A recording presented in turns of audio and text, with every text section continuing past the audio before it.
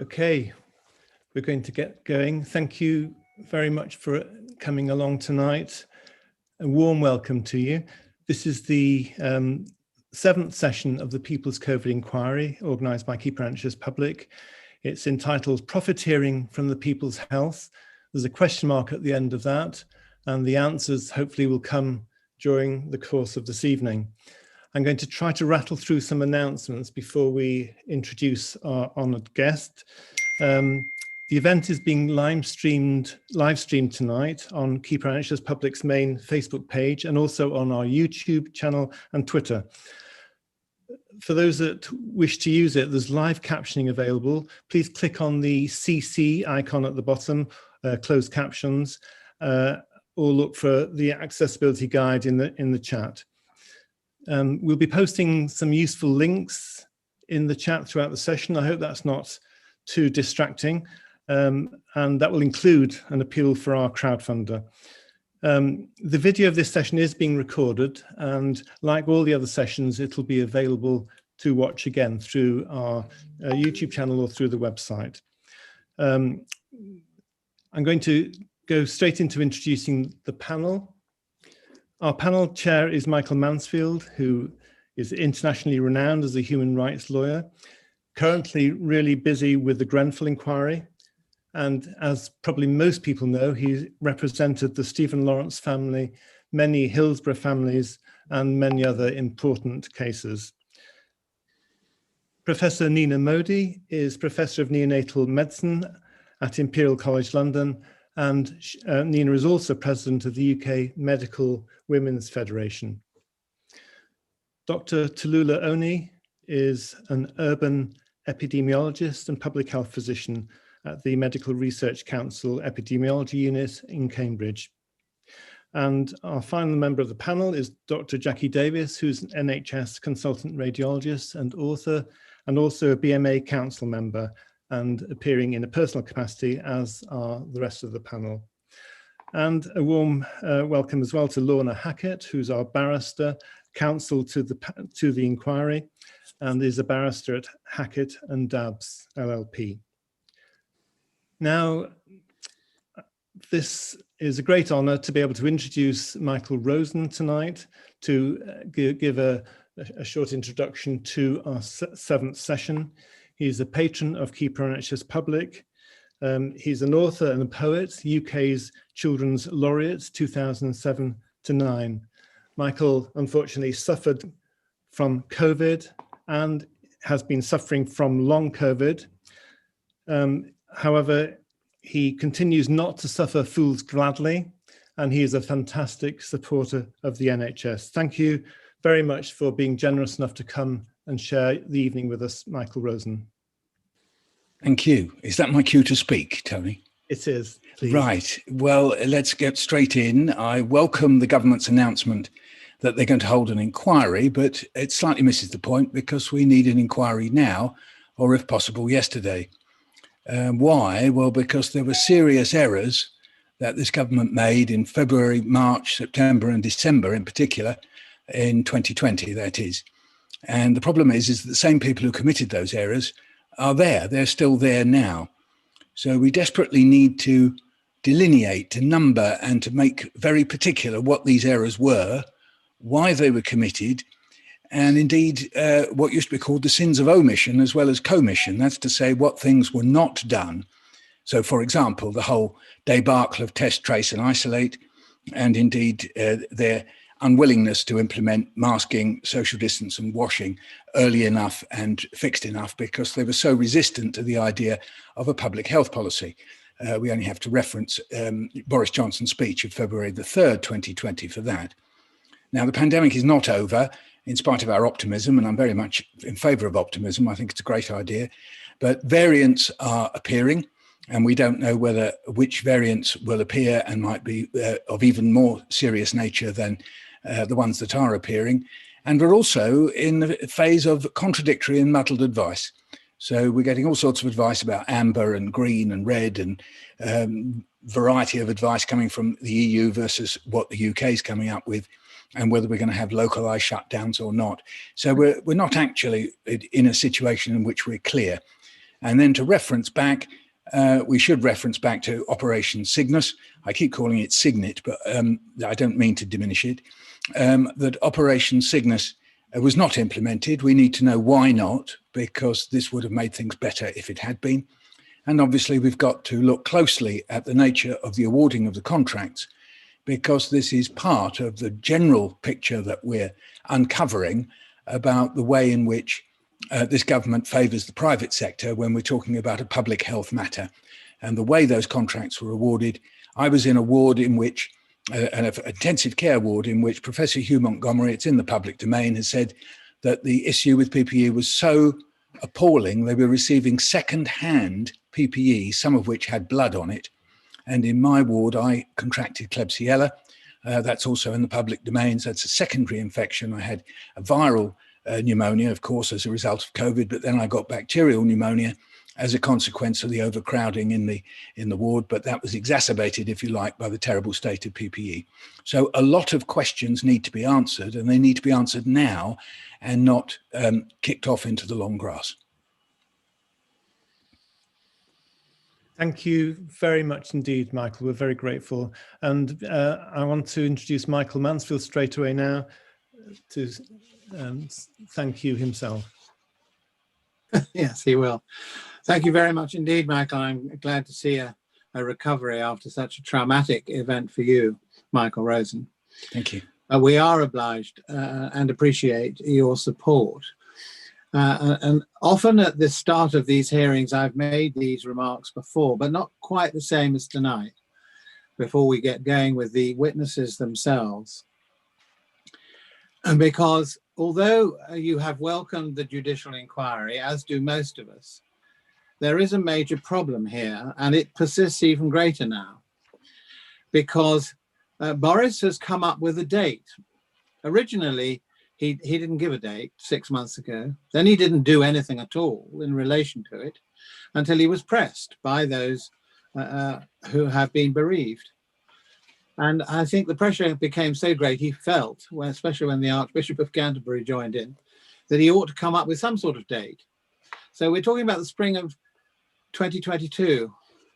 Well, I want to be, like Michael, an optimist, but I kind of feel that that's culled from the blue, as it were, because knowing as I do how much is involved in public judicial inquiries, if you're going to announce, if he means this, the start of one next spring, then you have to have in place right now the judge who's going to do it, because it's going to be major, take up a lot of time, and at least 2 other panelists, possibly more, up to a panel of 5. Then you need assessors, then you need a legal team, then you need a venue. Need I go on? If you're going to start next spring, because that logistical structure is required in order to assemble the documents, to interview the witnesses, to ensure that there is disclosure, and to ensure that the public are properly represented as well, because it affects all of us. Now, my suspicion is that none of that has been done, and that is why nothing has been said about it, which means that we're likely to get a further announcement that it's not meant to start in the spring, but he's going to start thinking about it in the spring, because of course he maybe have an eye on an election that's not too distant and would be embraced, because it'll take at least 5 years for an inquiry, even if it started in the spring, to really get going and make a report and recommendations by what, 2027? So Michael's point about we need answers now is very important. And there's a final matter on this. I'm taking a little time tonight because it's extremely important for the public to recognize how significant this inquiry is. Because the other thing you would have to do if you're organizing a public judicial inquiry when you approach the judge is to let the judge know, and the public, what's the scope of this inquiry? Well, I think it would be fair to say that the topic we're dealing with tonight, profiteering from public health and all the people's health, is probably not one that Boris would want to be included in the scope. And as it's a government inquiry, he would be entitled to exclude it. And of course, that's another matter which is often forgotten when one's supporting a judicial inquiry. So this bears upon what we've done this minute, which is we're not going to wait, and we're not waiting. So we've invited Boris to contribute to this inquiry. He doesn't have to hang on. We can accommodate him if he's willing to come, or Matt Hancock. And it's also clear from the press overnight that the government is in fact sitting on some kind of review or report, which is so far not been made public, but should be. And we'd be very grateful if the dossier that he's sitting on, or someone is, about the management of the coronavirus is made public, and he can do it through us, as can apparently Dominic Cummings has got a document of historic and crucial importance, which he's trawling around, I suppose, at the moment, a whole list of people he wants to, I don't know what he wants to do, but he can bring it to us. We would like to see what it is he's sitting on. There are so many of these covert documents and points about the handling of coronavirus that it is, in fact, a matter now of public concern and urgency. Now, I say urgency because we're all aware that there is another variant. Now, we're not going to be able to fit that in tonight, but we want to show why this inquiry is important in another regard. Because on the next session, we're hoping that we will be able to do what we've been doing all along, and that is illustrate the lessons that have been learned and the questions that need to be asked. Think about it. In a sense, we're now exactly in the position we were a year ago, with a new variant, the transmission rates of which are not clear, the infection rates are not clear whether the vaccine will be able to cope with this variant, B1.6. So these are questions which we may begin to address on the next occasion, but not tonight.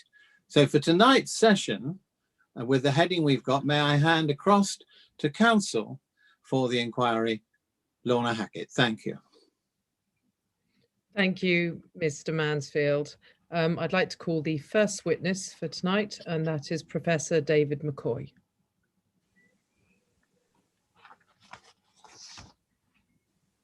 Sorry.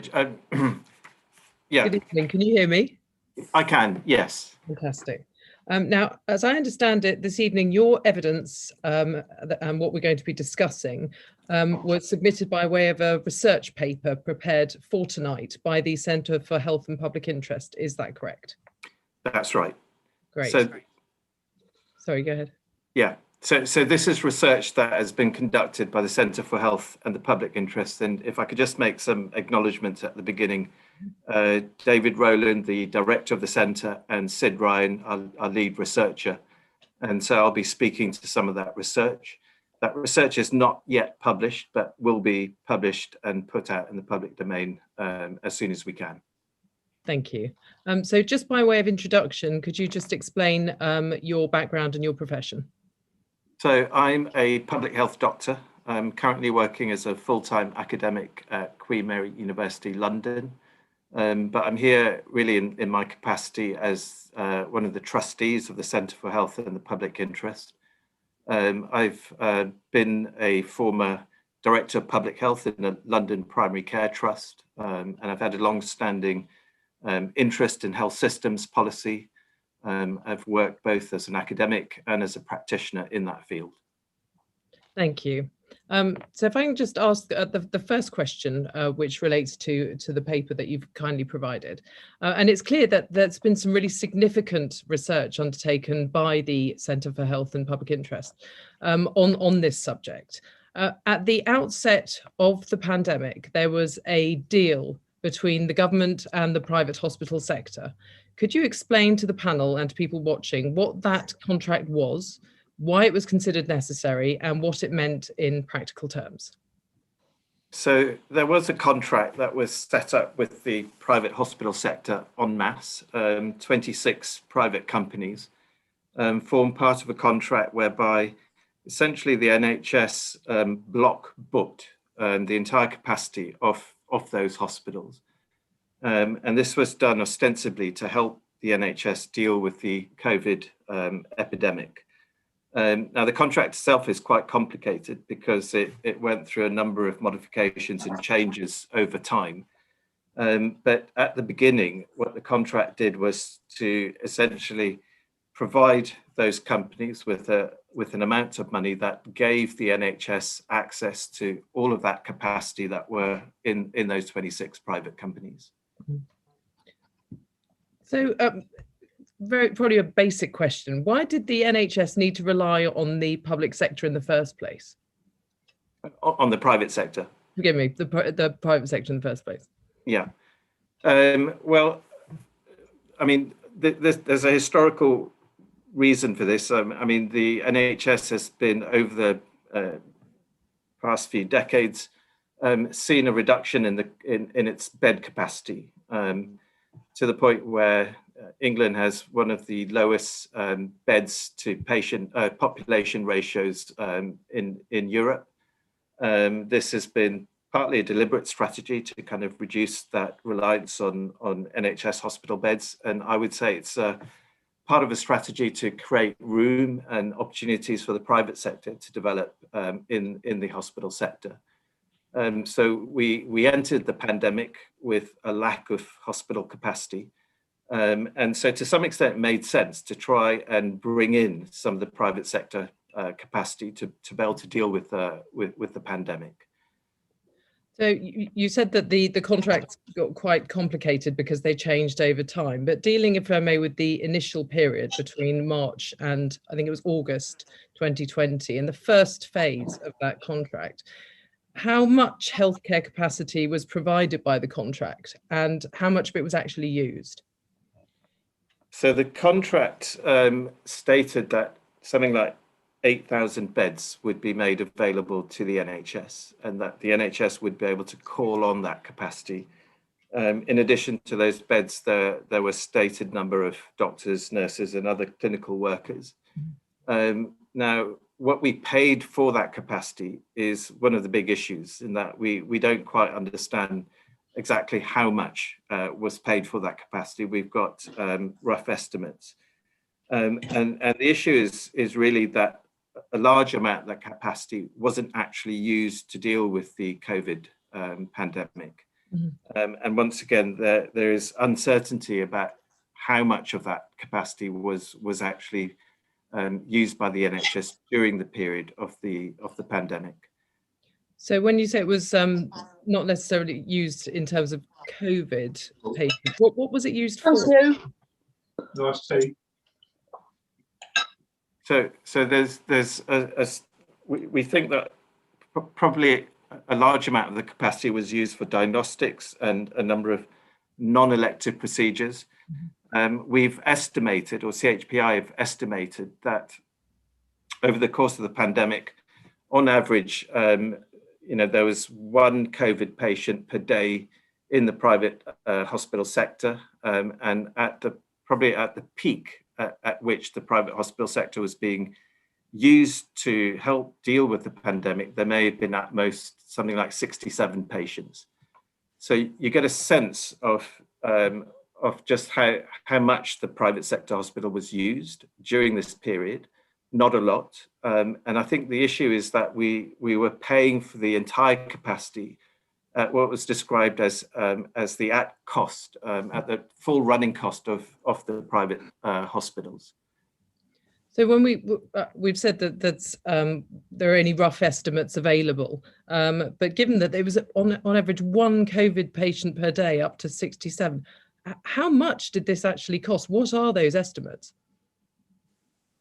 Well, overall, in terms of the total cost that we paid into the private hospital sector, I mean, the cost varies. Some of the projections are that from some of the contract awards that were notified and put into the public domain, we think the amount was about 170 million pounds per month. The government has also made reports of that figure going up to 200 million pounds per month.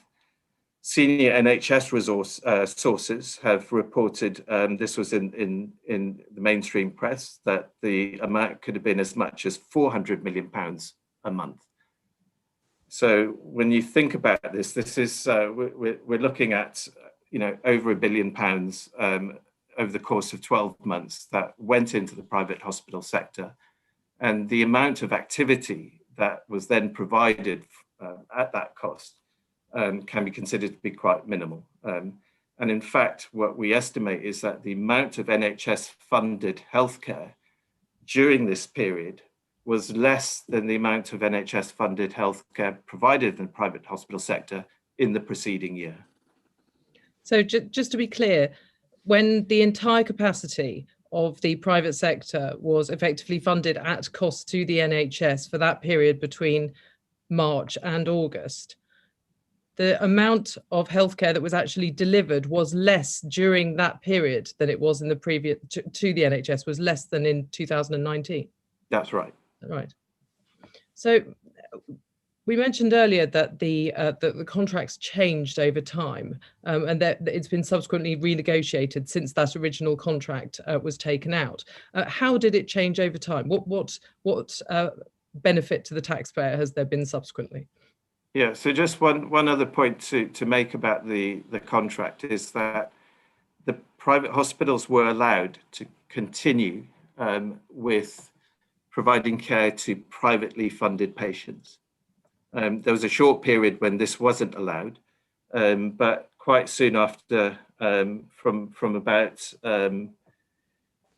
April onwards, and particularly from May onwards, there was what was called a de-escalation within the contract, which essentially allowed the private hospitals to use any unused capacity to provide privately funded healthcare to patients. And the income from that privately funded healthcare was essentially paid back to the government. So that's an important element to the story, in that there was a rebate system.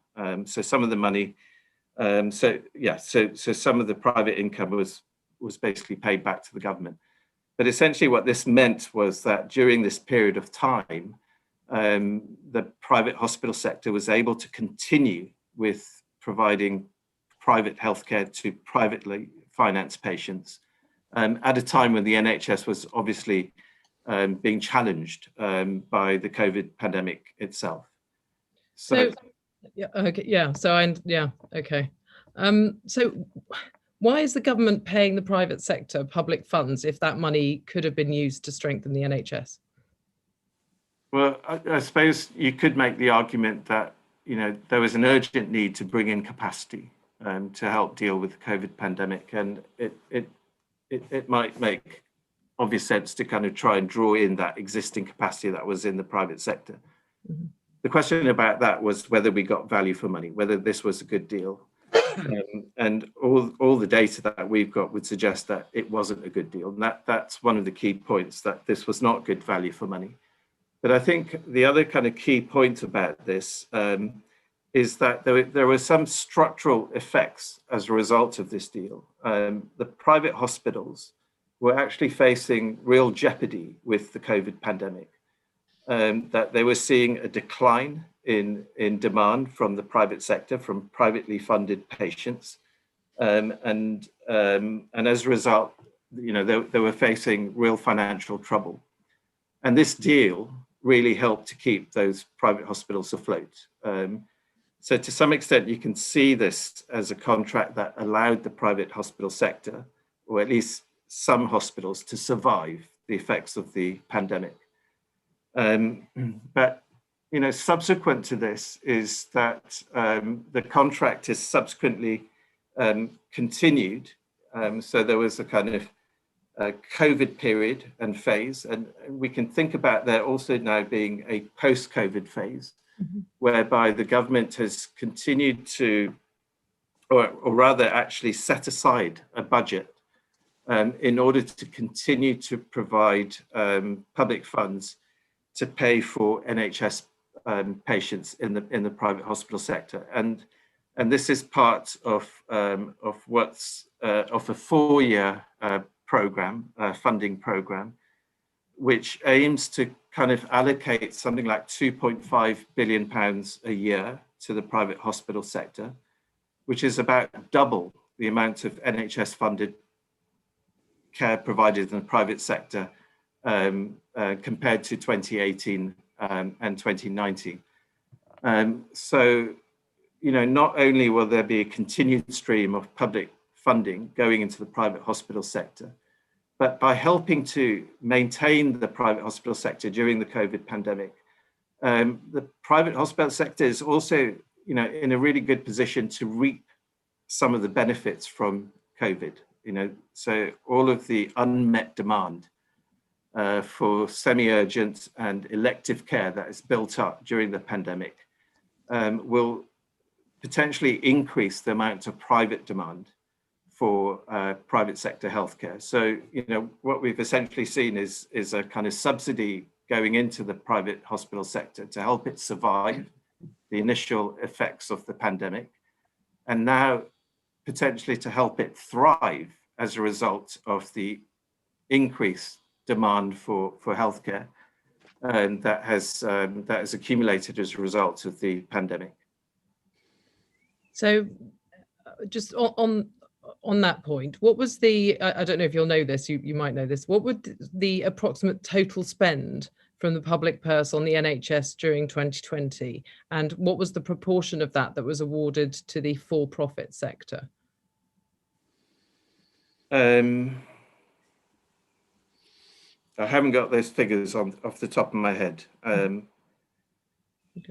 Presently, prior to the pandemic, something like 18% of public funds were being directed towards the private sector, and this is excluding GPs. So what we can be fairly sure and certain about is that figure of 18% will likely rise. But the issue here is really not just about the flow of public funding into the private hospital sector, but also the possibility that we will see a rise in private funding into the private hospital sector. And this will again have structural effects on the health system as a whole, increasing problems around the creation of a two-tier system, and I suppose for some segments of society, a decrease in commitment to the NHS as a public service that is universal in nature. I appreciate you couldn't help me with the last figures. Do you know what the estimated shortfall in NHS funding currently is? I don't have that figure off the top of my head either. Don't worry. And I just want to touch briefly on, could you explain to the panel what the National Increasing Capacity Framework is? Because you talk about this in your report. Yeah, so this is the new proposed contract with the private sector, whereby this will be, it relates to that £2.5 billion a year that's been set aside in order to enable the NHS to purchase healthcare from the private hospital sector.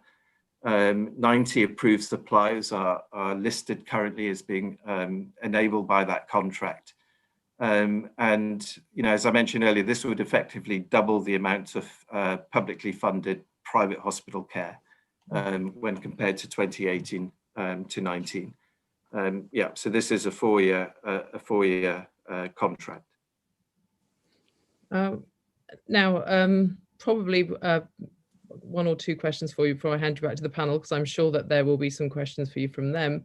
But you heard at the outset, Michael Rosen said in the introduction, serious errors have been made during the currency of this pandemic, and that the same people who committed these errors are still there now. Now, we hear repeatedly that the government has learned lessons. Now, is there a danger that the same people in government are going to repeat the same mistakes again? And if so, what are they likely to be? Well, it's interesting now, how we phrase this. Are these mistakes, or are they really part of a commitment to a privatization of the health system? In which case, you could argue that they're not mistakes, but really very much part of a deliberate policy. But I think I think the big concern here is that we are seeing evidence of a continuation of a policy to privatise large parts of the health system. We're definitely seeing the likely growth of publicly funded private hospital care as a result of this new framework that we just discussed. And as I mentioned earlier, we're likely to see a possibility of a rise in private financing within the health system. All of this will kind of essentially erode some of the fundamental principles of the NHS, which is a publicly funded and publicly provided service across the board. So in my view, that this will result in inefficiencies in the delivery of healthcare at a population level, but it will also, unfortunately, also result in certain segments of society benefiting from this. So, whether these are mistakes or not is very much dependent on your perspective. From my perspective, I see these as mistakes, but from the perspectives, I think, of shareholders in private hospital companies, these are not mistakes, but these are the results of very active lobbying over many years. Thank you. Professor David McCoy, that's my last question to you. I'm going to hand you back to Michael Mansfield, QC, because I'm sure that the panel will have some additional questions for you. Thank you. Yes, thank you, Professor. I've got a couple of questions. The first one relates to what you've just been talking about, because I think everyone is aware that the fragmentation of the health service has begun before the pandemic, in the sense of the internal market and privatization had already occurred and was growing. And therefore, on the back of that, would it be right to say, or is this your opinion, that with regard to what you've just described as not being a mistake, but there is, you can detect an agenda to destabilize the national health in order to bolster the private sector? Now, that's the first question. There's an adjunct to that, and that is benefiting the stakeholders in the private sector. Are you able to help us with the proportion of politicians in the House of Commons who have a stake in the private sector, since they're making the decisions? So those are the first two questions that are related. Another one is just me. I don't follow the capacity argument, because I have a recollection of Nightingale hospitals going up rather quickly. So in other words, there was capacity being provided, which we understand, although not much has been said about whether they were really used. The argument being they possibly didn't have the staff to use them. The thing is, how do you factor that in? Because that's got to have been paid for, and who paid for it? And so I think you've got the gist of the question. So yeah. I'll ask you if you could kindly answer as much as you can. Thank you. Yeah, in terms of the first question, I don't know exactly how many parliamentarians or MPs or politicians in general have stake in the private hospital sector. And I don't know if that data is available and whether we have enough transparency in the system to be able to generate that figure. But the issue of conflicts of interest is something that should be of great concern to everybody. And I think that issue of conflicts of interest may become an even greater concern as a result of the proposed new white paper and the establishment of integrated care systems, where the private sector are being really invited into the decision-making process of how public funds will be used and distributed within the health system. So, conflicts of interest and a lack of adequate regulation to avoid, misuse of public funding is something that should be of concern, and I think will be aggravated by the new proposed bill. the issue of capacity is curious because, as you say, the Nightingale hospitals did go up. They weren't used to full capacity. And at the same time, we were paying for capacity in the private sector. So there has been large amounts of money that have gone into developing capacity. And, you know, trying to understand exactly how much of the private sector hospitals were used during in 2020 and being clear about what that activity consisted of. How much of it was COVID related? How much of it was provision of urgent care? How much of it was elective care? How much of it was diagnostic care? And at what cost? We just don't have enough data, and there's a real problem of transparency. So, you know, being able to do proper forensic accounting of how this money was spent is something that, you know, that's required, but not necessarily possible with the available data. Does the sorry, I'll hand it back to the other members of the panel. There's a report out today by the National Audit Office. Does that help? I haven't read it, I'll be honest. So I'm just asking whether you know, does it help on the figures and the data?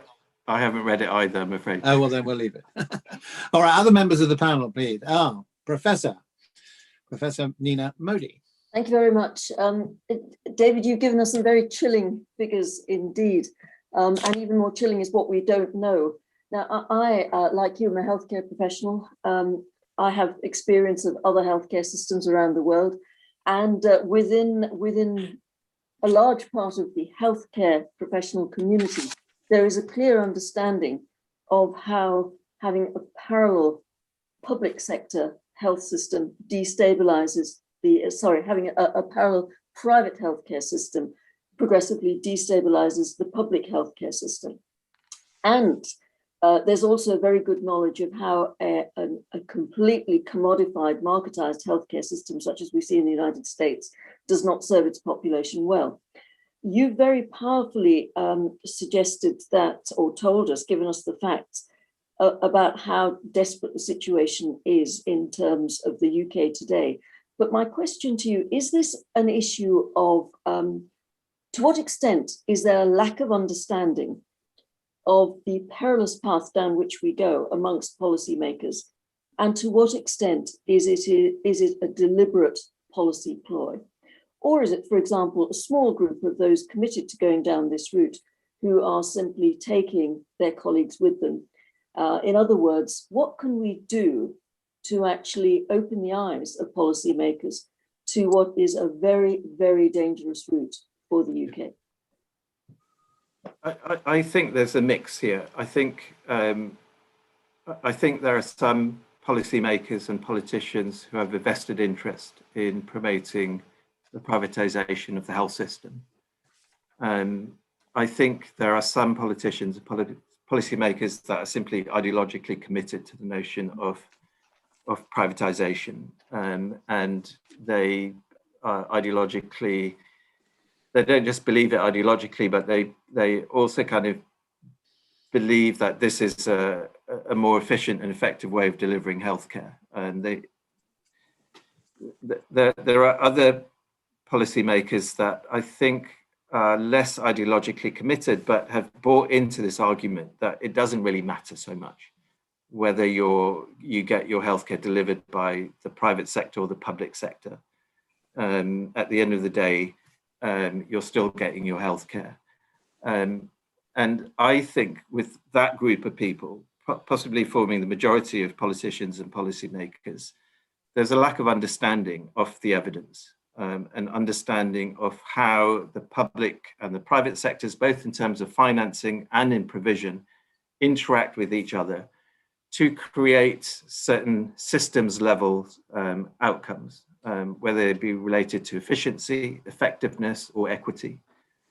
My understanding of the literature and the evidence seen worldwide is that if you get the public and the private interface wrong, you end up with a system like you have in the USA, where you have healthcare, a health system that is both extremely expensive, not cost effective at a population level, and extremely inequitable.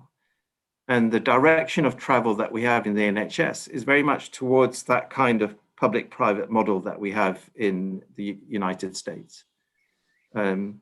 So I think you're right, Nina, in suggesting that there isn't enough of a detailed understanding of the complex nature by which the public and the private sector come together, both in terms of financing, but also in terms of provision.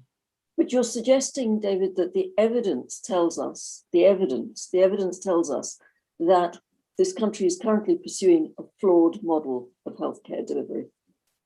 It's flawed if you're concerned with population level health outcomes, if you're concerned with the overall efficiency of the entire health system.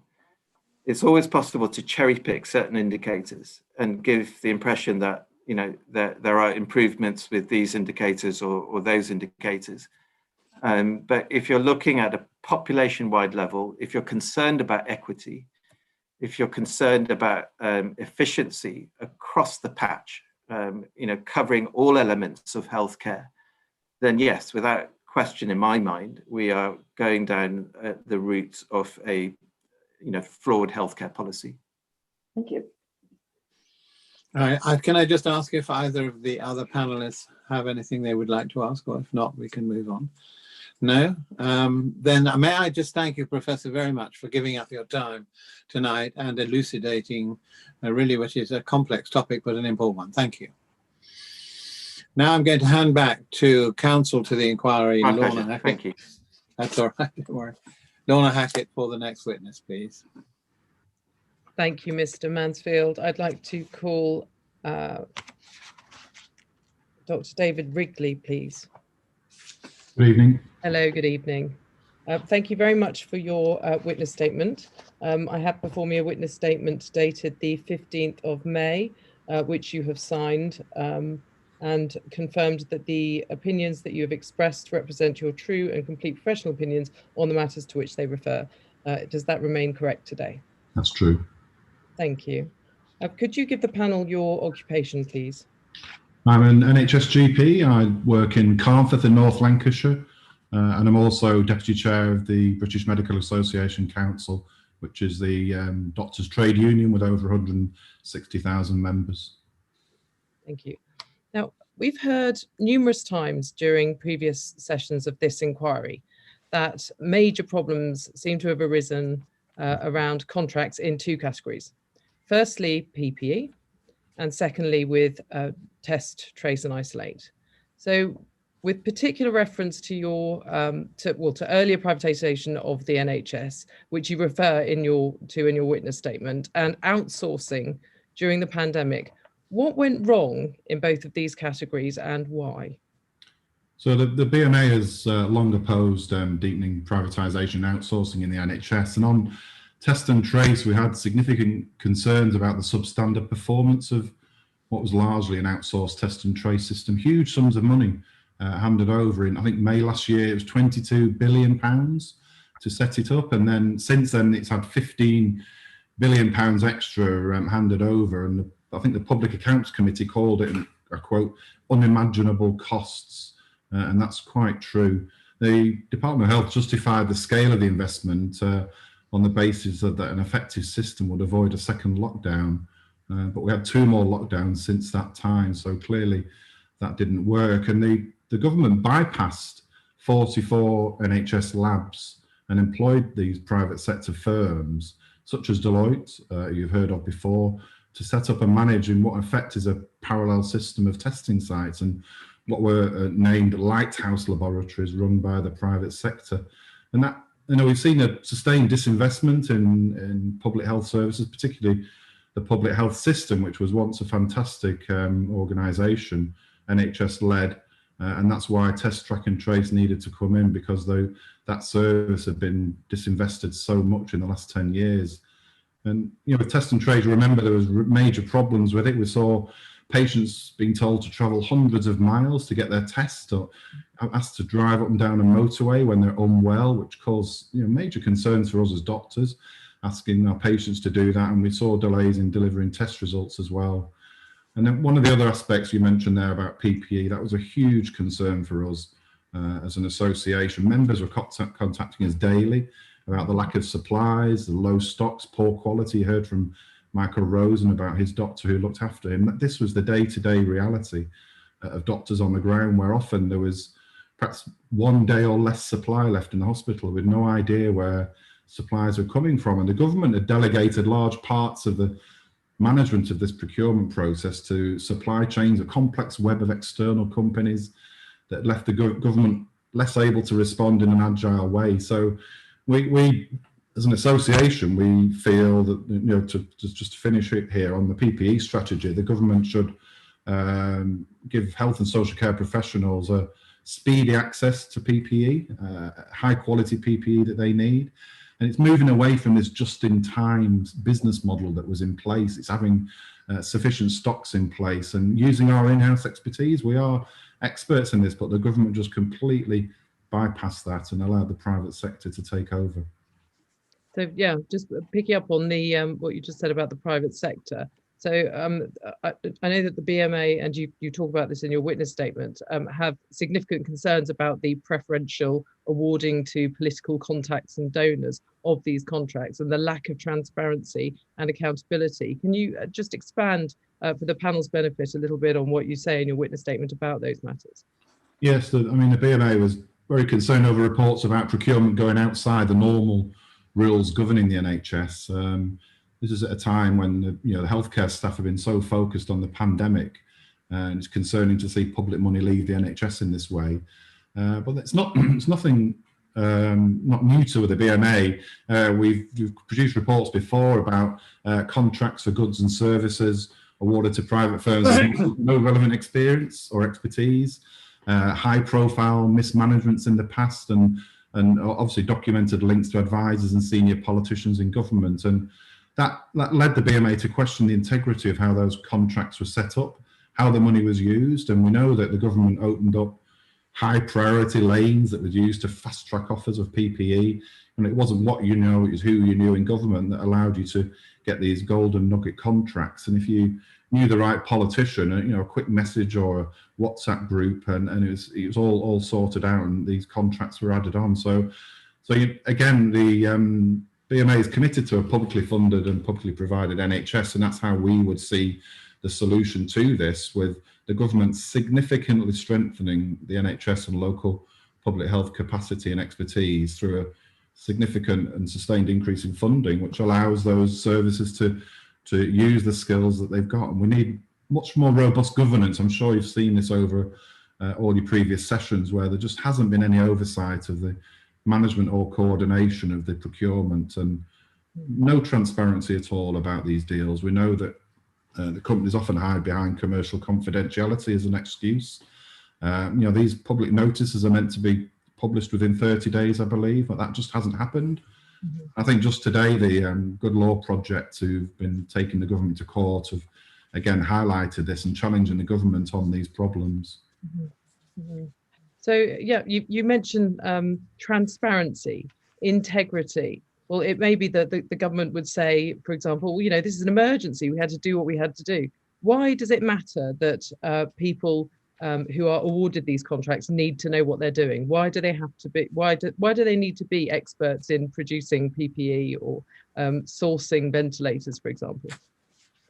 So I think on PPE, obviously, it's a product that it protects the user from what is a deadly virus. And again, you heard from Michael Rosen about reusing it. That just isn't in no way good enough, and it has to be robust enough and of the right standard to protect the user from the virus. So it was concerning to hear that there was these issues were going on day to day, and we, as I say, we were getting members contacting us over and over again.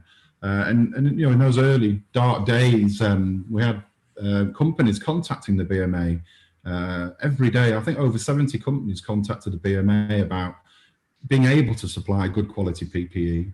And they just said they hadn't received any response from government. This was as hospitals were on the verge of running out of PPE. As a GP myself, we were down to our last day or so of visors and surgical masks and aprons that we had to wear.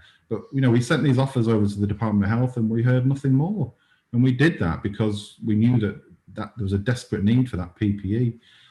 And I think with Test and Trace, you know, we've got these companies who've got no experience in the past about how to run services going forward. Serco and Sitel are two companies who were subcontracted out, I think, to Hayes Travel. And to quote one Hayes Travel staff member who worked on a COVID phone line, they said, "We're not medically trained." I believe members of the public believe they were ringing medically trained people. So, you know, this caused huge concern for us as doctors that patients were seeking advice and were unaware of what the quality of that advice was. And we heard that people had 1 day's training. And we know the track record of many of these companies are pretty awful. If we look at Serco, for example, in 2012, they were admitted they presented false data over 250 times about the performance of its out-of-hours service in Cornwall. I believe they had one GP covering the whole of Cornwall, but tried to cover this up. And then in 2018, they reported to have provided inadequate staff training at a breast cancer hotline, led to patients being assessed by call handlers with 1 hour's training. So these are the track records of the companies that were put in charge of providing vital services and equipment, you know, that had to protect the workers on the front line, and not having the confidence that these companies were able to do that. It really made those working with patients really frightened about what the equipment was that we were using. So I'm going to ask you to make a comparison now, if I may.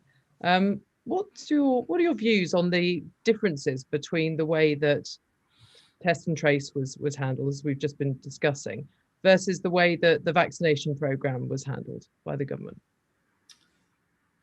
So I've led the vaccine campaign in my area of North Lancashire, and as you know, last December the NHS was asked to step up and roll out this vaccine campaign. GPs are fantastic at vaccine campaigns. We do them every year, you know, with flu campaigns, and we know our population, we know our patients trust us. So we were absolutely best placed to do that. And the BMA discussed that with government and said, we can do this for you. So the staff stepped up and, you know, did that work. You know, doctors, nurses, we have fantastic volunteers in our community who've helped us. But the government took that choice, but they realised that they'd ordered enough vaccine. I mean, I'll give them some due here. They ordered enough vaccine for us to utilise for our patients, so that was excellent to see that. And the progress made there, as you know, it's helped us. But it really does frustrate me when the government try and or the cabinet try to take credit for the vaccine campaign when actually it's the NHS, it's all the staff in the surgeries and hospitals and in the centres that have delivered vaccines, plus all the volunteers that have delivered that life-saving campaign. And we mustn't forget that, and we must celebrate the achievements of the NHS in that. Mm. So given that the NHS was very busy dealing with the pandemic, do you think it would have been realistic to ask it to run the Test and Trace programme? Well, I think that could have been led by Public Health England and local public health teams, but sadly they have been eviscerated since the disastrous 2012 Health and Social Care Act, where we saw the promise that public health teams would have a ring-fenced budget, they'd be embedded in local government. And since that time, the budgets have just disappeared. I used to have a local public health consultant, work very closely in my small area, knew the area well. Now the local public health team covers the whole of Lancashire, and it's really difficult for them. And I think you have to remember as well, before the pandemic, the NHS wasn't in a great place. We had 1/3 of the number of beds per head of population compared to Germany. We're probably around 10,000 doctors short in the NHS, around 50,000 nurses short. There's over 100,000 vacancies.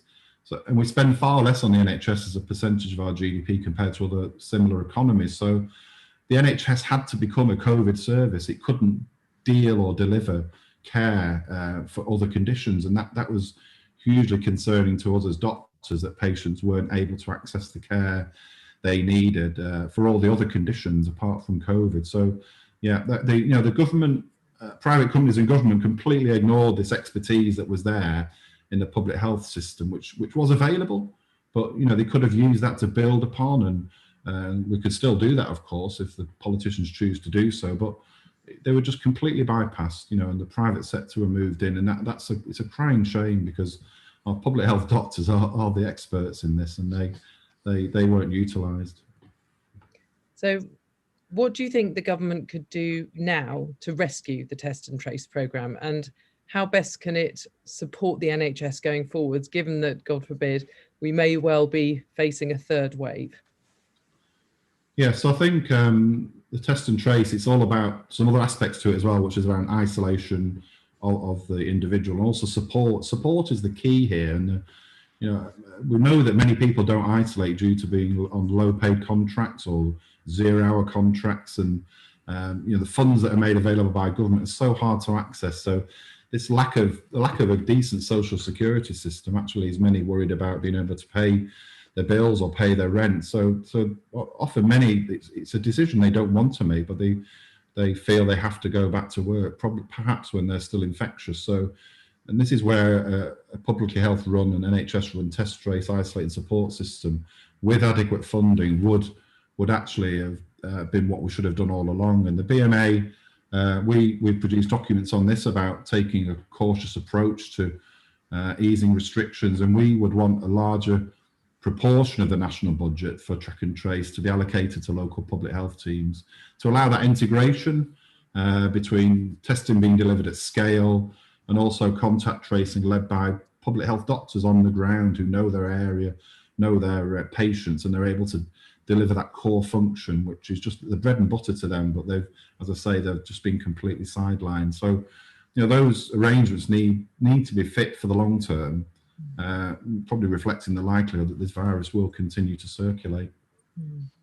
I now have a question from a member of the public, so bear with me while I read this out.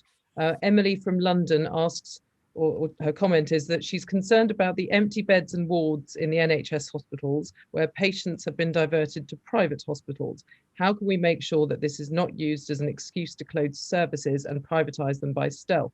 Waiting lists are used to increase panic reactions so people don't see the long-term consequences. I mean, the waiting list is a huge concern. I think now in England we've got 5 million people on a waiting list, which is just it's just incredible. Someone said you can see that waiting list from the moon now. It's so big, and that's individual people who are in pain. They're on drugs and medication. They'll access the NHS more. They may not be working, and the hospitals they've had a really difficult time. They've had to, as I say, transfer themselves over to become a COVID service. They're now trying to restart again, and obviously social distancing is still in place. They're trying to get staff to sort of mobilise back again into outpatient clinics and start all the care that needs to happen for patients. And I know my local area, one of the hospitals is being handed over to, in effect, to sort of using it for backlog of care and trying to start doing operations and procedures that have been left for so long. So yes, I think we need to ensure that is the case, that those beds are used appropriately, that staff are used appropriately, but it has to be done in a safe way for all concerned. We're seeing the Indian variant on the rise, and we're still unsure of the impact of that. So we still do have to be wary. We're not through this yet. So you probably heard the last witness, Professor David McCoy, talking about a sort of parallel private healthcare sector. Why is the creation of a parallel private healthcare sector destabilising the NHS, and why could it be damaging to rich and poor alike? I think the private healthcare sector and the use of the private hospitals, it will never match what the NHS can provide. We know that private hospitals don't have the ability to deal with complex patients. When NHS patients were being seen pre-pandemic in private hospitals, there was strict criteria over who you could refer. It often had to be patients who were young, fit, well, and had no other illnesses. So it's often what we call cherry picking. The hospitals would receive the patients who were quickly through the hospital in and out, and making the income from them. So private hospitals don't have intensive care units. They don't deal with complex patients. So the NHS picks those up, and that's where the problem lies. The funding and the quick throughput of patients who can provide a rapid income is utilised by the private sector, and the NHS gets left with all the complex patients who quite rightly need that complex care, but it's not a level playing field between the NHS hospitals and the local private hospital. Dr. David Wrigley, those are all my questions, but I'm going to hand you back to Mr. Mansfield QC, who may well have some questions for you, as well as other members of the panel. Thank you. Yes, good evening, Doctor. I do have one which is may sound from the short preamble I'm going to put to you like a question of law. It isn't a question of law, but it's prefaced by the situation. You've already touched on it, because in February this year, the High Court ruled that the government and the ministers concerned had acted unlawfully by not publishing the award of contracts. In other words, public scrutiny, which, as I think you've mentioned, it has to be done within 30 days. Not only have they not published that, they haven't either gone through a tendering process, because you've got your VIP pathway for certain people who seem to end up associated, if they weren't to begin with ministers and so forth, and there are billions of pounds here. Now, the question I've got is that undoubtedly there's illegality by government, and there are other judicial reviews in the pipeline on similar issues. But their argument, well, Mr. Hancock initially said he was just slightly behind with the paperwork. That was his initial excuse. But then the main excuse is, oh, we had to go into the private sector to get these things manufactured with billions of pounds of public money, because we didn't have time to do it any other way. Now, if what you're saying that none of this need have occurred, the National Health Service, properly funded, could have coped with the demands for PPE, test, trace, and so on, as well as vaccination, obviously. I mean, on PPE, the BMA, it was our day in, day out focus for our members and indeed doctors across the UK, because we knew how vital it was. And I wrote to the Secretary of State saying, this was in the middle of the first lockdown when all the businesses were on furlough. I said, repurpose industry now to make PPE, and that will sort the problem out. The letter it was ignored, and it was just completely bypassed. So industry was forgotten about, and obviously we know that all those contracts were handed out to firms that had no links to making PPE in the past or medical grade equipment. You know, this is serious equipment that needs robust manufacture and needs to meet high quality standards, and we didn't know if that was the case. So the transparency is just so lacking, and the governance is hopeless. So it really does concern me, and obviously the legal cases are now going forward, and the government will try and fall back on it was an urgent problem and we had to act that day to do these. But we were offering solutions. As I said, we had dozens of companies that made PPE coming forward, and they were all roundly ignored. Yet we hear about companies and friends of ministers, and if you knew someone in the House of Lords, you could get a contract. It just doesn't look right at all, and it does make you wonder what the motives were. I'm going to make a request, which obviously if you're not able to deal with it, then we perfectly understand before I ask the others. And that is, would you be able to provide us with a schedule or a spreadsheet or some form of data information indicating the approaches you made to government, but the capacity of the NHS to deal with all this private procurement? In other words, you seem to be able to put your finger on the facilities that were available and could have been used, but were bypassed.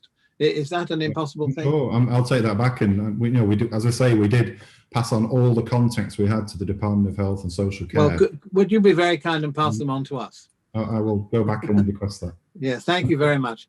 Yeah. Right, other panel members, yes. Dr. Davis, please. Thank you. Thank you for that.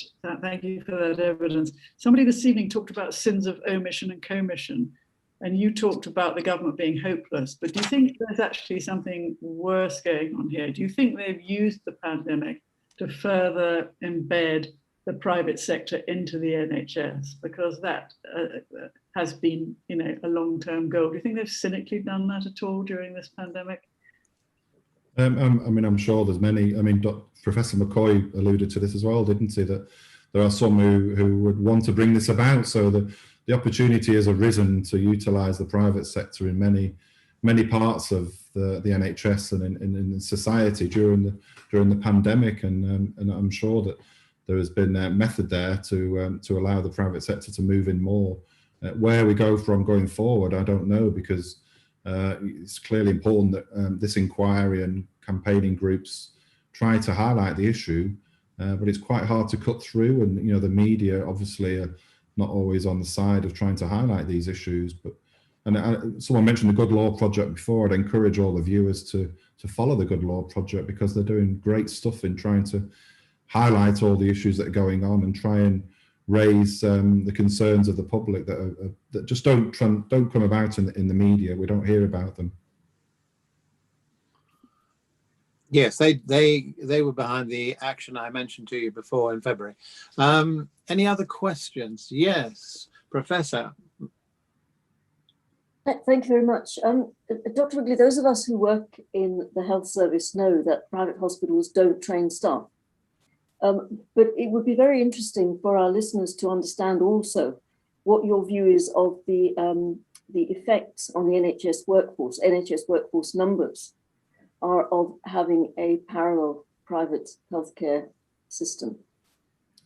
Yes, and it's often forgotten or not appreciated that the NHS is a fantastic training institution. Obviously all our junior doctors have their rotations through all the different parts of hospitals, receive their training from their peers and their seniors, and that's all done within the bounds of providing day-to-day care. And the same goes for general practice as well, where we train the GPs of the future. And the private hospitals have no desire or willingness to do this training, because it might slow procedures down, or it may mean you can't have as many patients going through the theatre or through the outpatient clinic. So it could have a devastating effect on the training of our young doctors for the future, because patients who could be used for training for surgeons and others are going through the private hospitals, and no trainee will get anywhere near them for that vital time that they need to learn how to do procedures. So yes, if the private sector's expanded, then this is something that really does need addressing, because all the opportunities lost there for training and support for the junior doctors and doctors and nurses and others, of course, in the future are lost. Any more questions from the panel? No, I'm going to thank you, therefore, Dr. Wrigley, very much for giving up your time today. And I look forward to a schedule coming our way. It will be of great help. Thank you very much. Thank you. And back to Lorna Hackett, counsel, to call the next witness, please. Thank you, Mr. Mansfield. The next witness is Rosa Curling. Hi there. Hi, good evening. Thank you very much for your evidence statement, which I understand has been prepared on behalf of Foxglove, and that you are a representative of Foxglove. Is that correct? Yes, I'm one of its co-founders and directors. So for people that don't know, here's your opportunity to plug Foxglove. What is it and what does it do? Sure. So Foxglove is a non-profit. We set up in the summer of 2019, where we use a mixture of investigations, campaigning and litigation to try and make sure that technology is fair for everybody. Okay, so the evidence statement, fascinating, talks about this unprecedented collation of NHS data called the COVID-19 data store.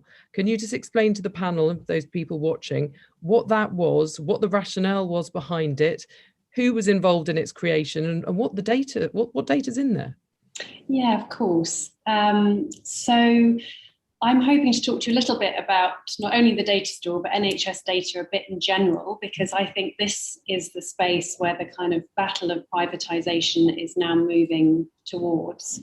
The data store was set up in March 2020.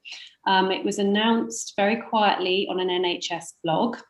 And it basically was a data store that was set up by the NHS through a series of different contracts and agreements with US tech giants of Amazon, Microsoft, Google, and then also Faculty and Palantir.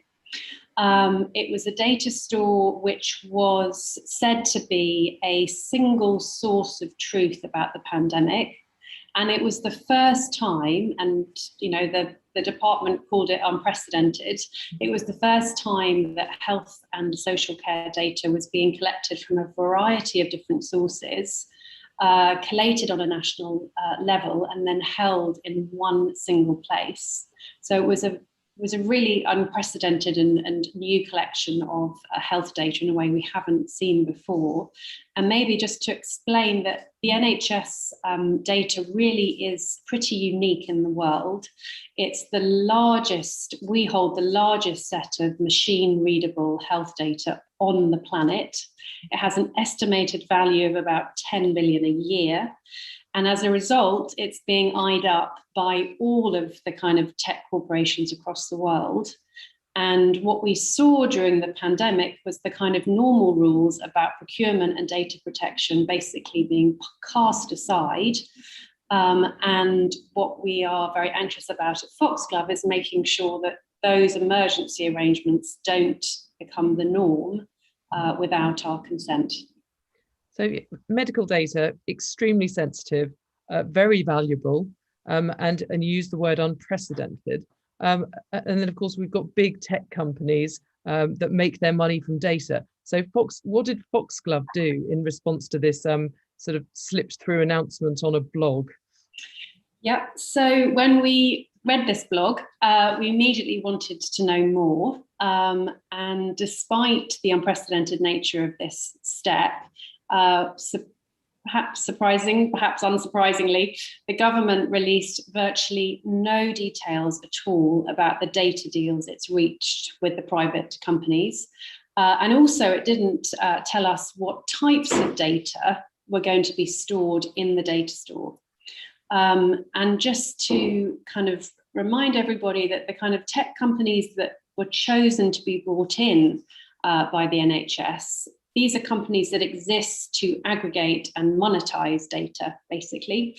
And a lot of the press reports at the time suggested that the companies who were involved were hoping to kind of bed down in the NHS long term. So for us, a whole host of questions arose from the creation of this data store. One was about public trust. Did the companies that the NHS England and the department had chosen to bring in, had they earned the public trust necessary to have access to all of our most sensitive, confidential medical information? Did they have the public trust necessary to work within our National Health Service? Whether it's correct that all of the most sensitive data about us all should be collated on such a mass scale and held in one place, what security was in place to protect it, who would have access to it, on what terms, whether the COVID data store would definitely come to an end when the pandemic resolved, because that's what the blog stated, but it's clearly not in the company's interests for that to happen. But clearly it may be in the public interest for that to happen, and the NHS more generally for that to happen. So we started with a series of freedom of information requests asking for copies of the contracts. They had agreed a series of contracts. We asked for copies of them. And we also asked for copies of what are called data protection impact assessments, which are documents which are a bit like a quality impact assessments with kind of Discrimination and Equality Act, that basically require public bodies to think about what impact from a kind of data rights point of view, the data store would have for individuals. Sadly, all of the deadlines for the Freedom of Information Act requests came and went, and so Foxglove and Open Democracy basically threatened to issue proceedings. This was back in April, and we sent them a deadline of May. On the 5th of June, kind of a day or two before we were to file our application, finally the contracts were published. Although some information was redacted.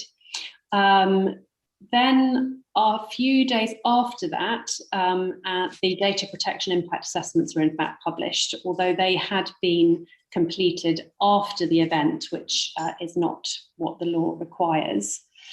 So it took us about 3 months of concerted legal pressure and legal threats to obtain, in essence, copies of documents that were easily and readily available. And the details of the data deals were clearly something that a public debate and a public discussion and scrutiny should have allowed to take place, because the creation of the database itself wasn't subject to any public consultation or scrutiny.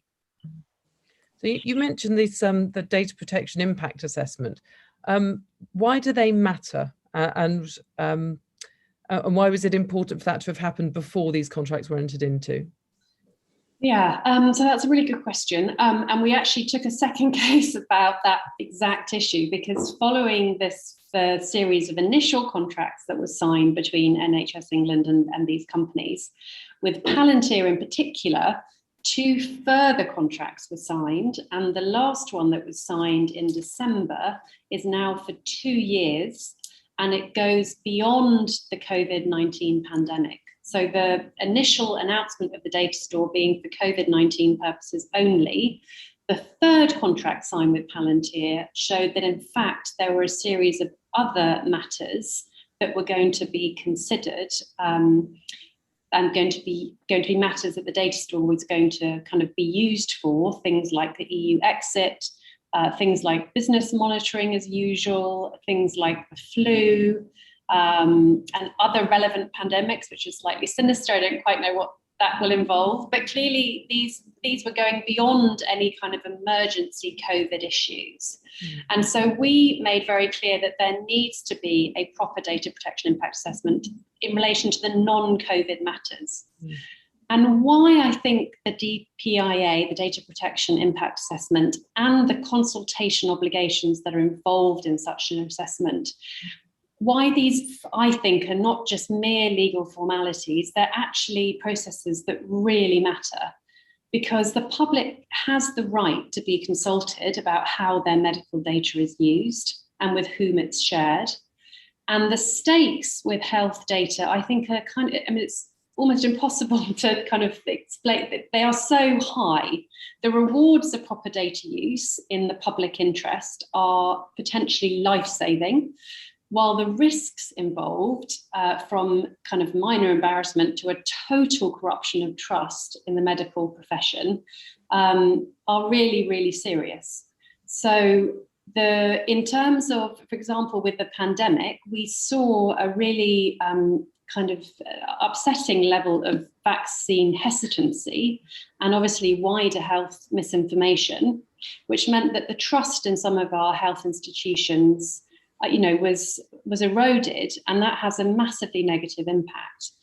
Data protection impact assessments are about ensuring accountability.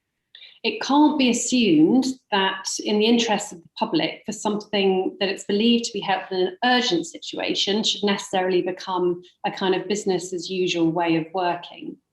The private companies know the NHS with its highly centralised system and its unique mass of health data provide extraordinary opportunities from which to profit. And that kind of incentive creates, and it, I would say, is at odds with a lot of the public interests and best interests of patients. And that's why public engagement and a data protection impact assessment is so crucial, because trust is undermined when the public see or have a sense that contracts are being awarded to parties for reasons other than the public good. And we've obviously seen, and the panel and other witnesses have already alluded to the fact that we've seen numerous exposés about major public contracts being awarded to politically connected donors, allies, large firms without competition or public scrutiny. And above all, the NHS needs the public's trust to be effective and to operate well, and persuade people to take vaccinations or to share their health information. And meaningful consultation and democratic assent, for example, with the involvement of these kind of private corporations, these huge tech giants, That's the only way to retain the public trust on which our public health depends. And that's why the DPIA process and the public consultation process is so crucial, because unless you have that level of transparency, you ask the public for their views and for their consent about whether they want their most sensitive confidential information to be shared with private corporations, or whether in fact they want that data to be kept within public bodies as a public asset for the public good. If you're going to change that arrangement, then you have to get democratic mandate. You have to get a proper consent for that to happen. Otherwise, you really are threatening, I think, the trust and the kind of patient confidentiality that is really at the kind of the bedrock of our National Health Service. Yeah, you talk in your statement about and this is just moving forward a little bit. Last week on the 12th of May, NHS Digital issued a data provision notice to all GPs, which provides an opt-out. If a patient does not want identifiable data to be shared outside their GP practice, except for their own care, they can opt out at any time. Well, so how much, I mean, how long is this going to go on for? I mean, is this a permanent arrangement? I think that's the really crucial question. I would urge everybody to kind of look into this in more detail. I think what we're particularly anxious about is what we saw as emergency arrangements with the COVID-19 data store are now being pushed through, and in a very, very quiet way, they're being pushed through as something that should happen on a more permanent basis, and that's being done without our consent. So just to explain a little bit further, what was announced last week is that the Secretary of State has issued what's called a direction that GP data should be transferred to NHS Digital. And also there's some in the white paper, there's some social care data that's also going to be required to be transferred up to NHS Digital to collect together in one space a huge kind of mass data set of health and social care data, which NHS Digital will then hold. There has been no attempt to get consent from patients at all about this. When this was attempted before in 2014, every single patient was written to and their consent was requested. This time, that hasn't happened. There's been a website put up, a few tweets put out, which basically says, unless you opt out, then there's an assumption that you've consented. And we have real concerns about whether that is in fact lawful under data protection law, and we're kind of looking into that further. But also, I think it makes huge questions then arise in terms of what is NHS Digital going to do with that information? What limits do they have in relation to that data? Who can access the data? For what purposes can it be used? Is there a meaningful consent framework that permits patients to, for example, differentiate between academic and for-profit access? If data is going to play such a crucial role in our health service moving forward, it must be that there is a proper democratic mandate if these sweeping changes are going to be brought in long term. And we definitely need to demand to have our say in it, because I think the experience we've had through the pandemic and with the data store, unless you demand it, it gets crept in via the back door. Yeah, sure. Because even before the COVID-19 pandemic, in your statement, you talk about the 2018 report from the Academy of Medical Sciences, which sets out effectively the future of healthcare being data-driven, technologies being sort of wearables, apps, intelligent devices using machine learning. It's very futuristic. So if it was always envisaged, is this not just an excuse to sort of fast track that now? Yeah, and I think, clearly health data is incredibly useful, and it's got a wealth of extremely important and helpful information that could certainly make our NHS public service stronger. The question is whether we make sure that that data remains a public asset for the public good. And if that isn't going to happen, on what basis and with what limitations we're allowing these huge private corporations. When you think of somebody like Amazon or Google or Alphabet, these are enormous multinationals that have a kind of corporate resources and corporate power that is also pretty unprecedented.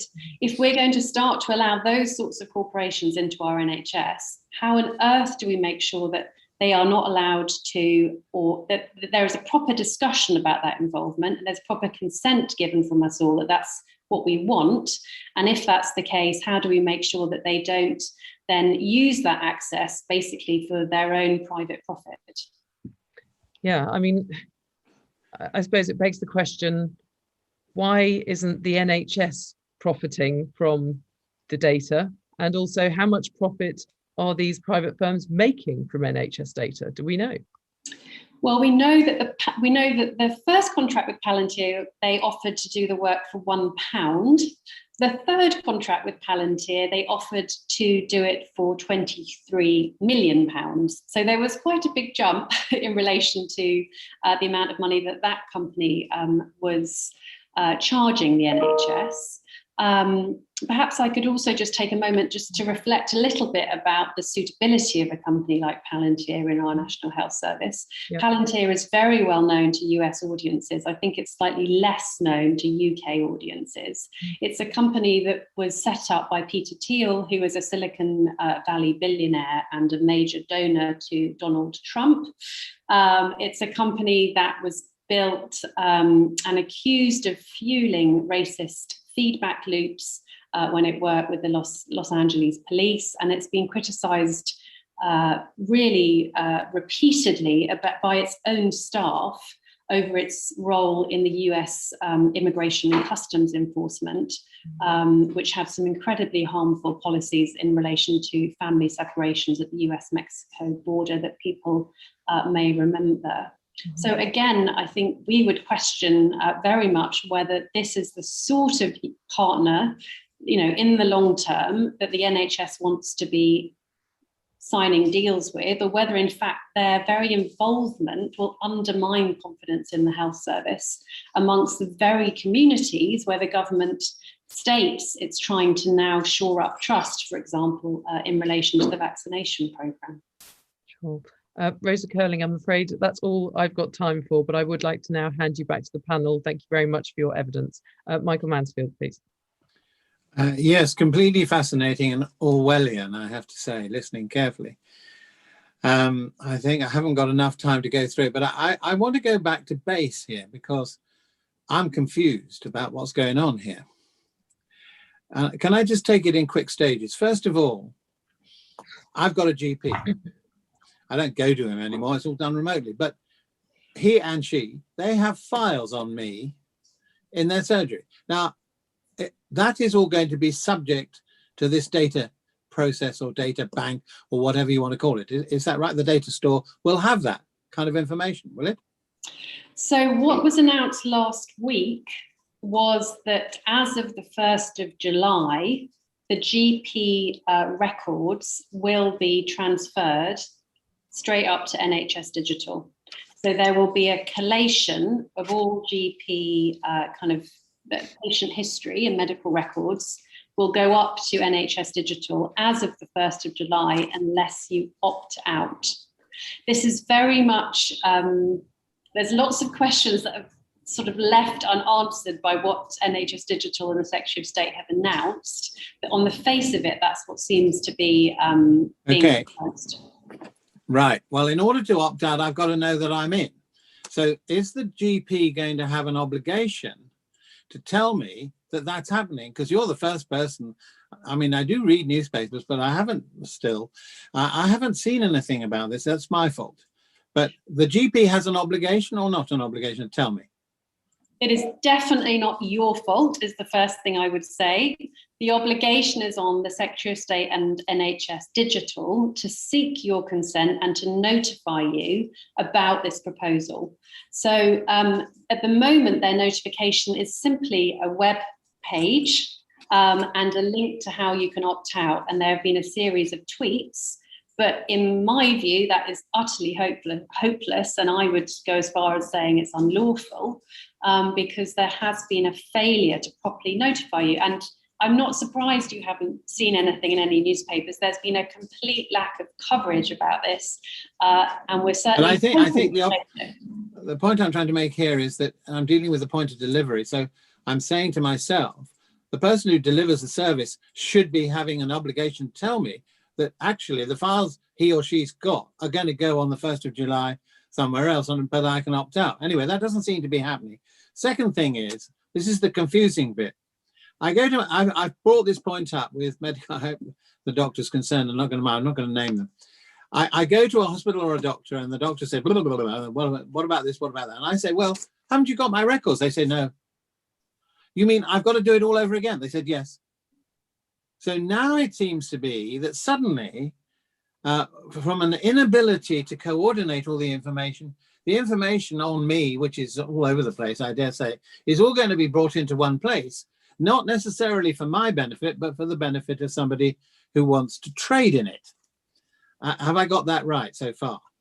Yeah, I mean, one of the questions that we have to know from NHS Digital is on what basis they're holding the information. At the moment, they say they're collecting the information together for a series of different reasons, some to do with research, planning, commissioning, and public health in general. But obviously, we need to know much more what that means and what limits they consider themselves to be under in relation to who can have access to your data, who can process the data, and whether they will confirm that under no circumstances will there be an ability of private corporations to come in, access it, process it, sell it off to it, because those are all the issues that I suspect lots of patients care very much about. Yeah, well, I do. So the next question, final question, I'll hand to somebody else, but I'm completely riveted and amazed and mind boggled by all of this. So that this is going to happen on July the 1st. At that point in time, have they decided who's going to have access to this? From the 1st of July? Yeah. Yeah, from the 1st of July, my understanding, again, just from this one minimal website, is that basically the data will go to NHS Digital and then it will be held there. And one of the questions that we certainly feel like we must have access to, because how on earth can we decide whether to opt in or opt out unless we know, is what limits, what data sets are going and what limits there are in terms of access to that. But at the moment, sorry to just pursue this, at the moment, who is it who's going to be able to contact NHS Digital and say, oh, I want some information on people with one leg in Leamington Spa or somewhere?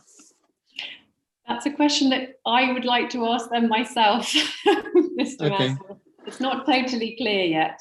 All right. Sorry, I've got a lot more, but I think we might be here till midnight. Other panelists, please, anything they would like to ask? Yes, Dr. Eddy.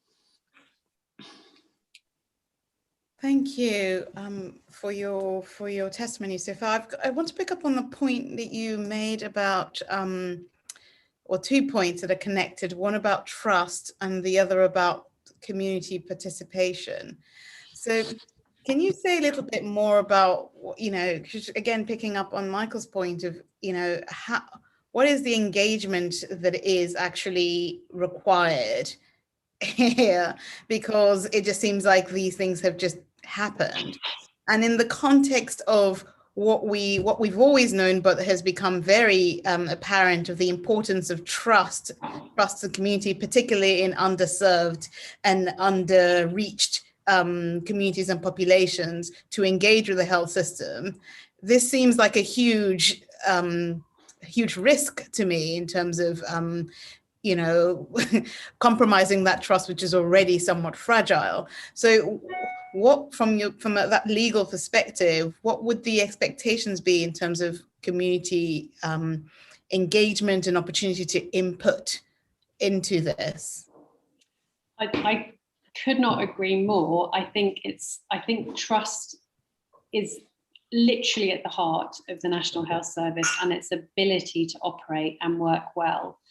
And what I would argue is that if you are bringing about any changes to how NHS data is being used, collected together, shared with, people are having, companies or other research, whatever is happening in relation to that data, you as somebody who has, in a kind of legal sense, data rights, you have the right to know, and indeed you should be, what I would say the data protection laws require is your explicit consent to what happens with that data. So from my perspective, what happened during COVID-19 in emergency arrangements, which was a unprecedented collation of data being held in one single place, which was this data store that was supposedly only for COVID-19 purposes and was going to be closed down when the pandemic ended. That though what happened during the COVID-19 pandemic on an emergency basis cannot be allowed to just carry on as normal without a massive step back, a full and proper consultation process and procedure by which people are given full information about what, if any, changes and what, if any, kind of data deals or contracts or arrangements or new collation of data is going to be proposed, that people have to be informed about what exactly that involves, what risks are involved with that, what benefits it may bring, what limits, with what conditions, for example, private corporations may have access to it, and only having given people full and substantive information, then you give people the right and you seek their explicit consent for whatever proposals it is that you are putting forward. And only then can you have a basis on which to, in fact, implement change. So it's not that it's just consultation. It's actually, in my view, you have to get a democratic mandate and data rights, data subjects consent for any of these changes to happen. Yeah, because the concern, of course, is that it ends up widening health inequality, which is already precarious. Absolutely. Thank you. I think there's another question. Dr. Davis, please. Hi, thank you. That was really a kind of scary presentation, actually. I bet a lot of people didn't know about that.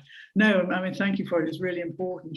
The NHS traditionally didn't deal very much in data because we didn't need to insure people or exclude them from insurance. And I think the fear now will be that this data is being bought. You said, I think it was worth £19 billion. And it will then be used in that sort of way to identify patients who are high risk and all that sort of thing. Do you think that's what is thereafter? Yeah,